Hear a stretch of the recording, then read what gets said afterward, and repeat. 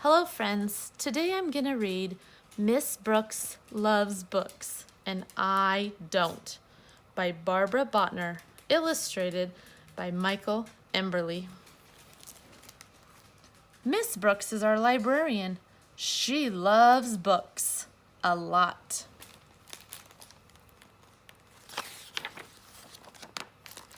She loves The Runaway Bunny and Babar and Where the Wild Things Are and The Very Hungry Caterpillar. I asked Miss Brooks why she dresses up for reading circle. I want to get as excited about books as I am, she says. I think Miss Brooks gets a little too excited, and I bet her costumes itch. Halloween means we each have to find a poem to share, but all the books with witches, ghosts, and goblins are checked out, and I hate pumpkins.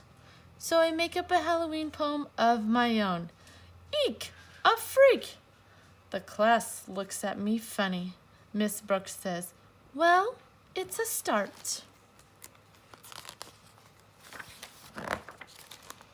All year long, Miss Brooks reads us books. Books about dragons and pilgrims and presidents. Books about love and leprechauns. Groundhogs even.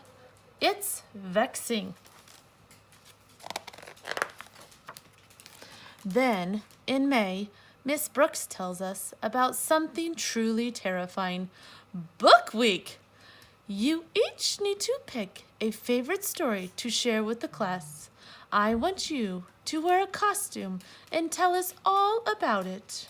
Really show us why you love it, she says. I'll never love a book the way you do, I tell Miss Brooks. Don't be so sure, she says. When I get home, I ask my mother if we can move to a new town. My mother says there's a librarian in every town. I ask if she wants to do my assignment for me. I've already been in first grade, says my mother. Every single book of Book Week, kids share stories about trains and fairies and cowboys and dogs.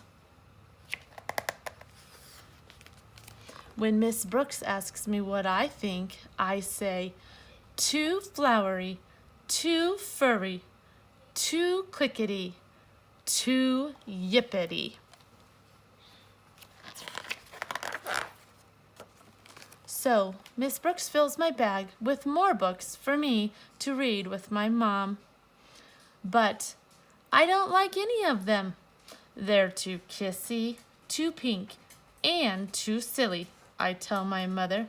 You are as stubborn as a wart, she said. Warts? I want to read a story with warts, I shout. My mother finds a book called Shrek. Shrek has hairs on his nose, and he snorts. I love that.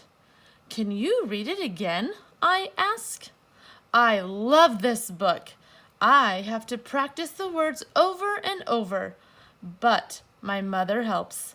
Then we make an ogre costume. I make stick-on warts for the whole class. When I get to school the next day, I ask Miss Brooks to lend me a hand. When I say the word snort, the whole class snorts.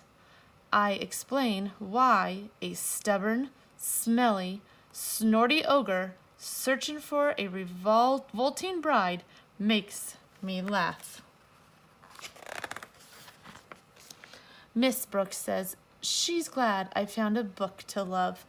She says that even ogres, like me, can find something funny and fantastic and appalling in the library.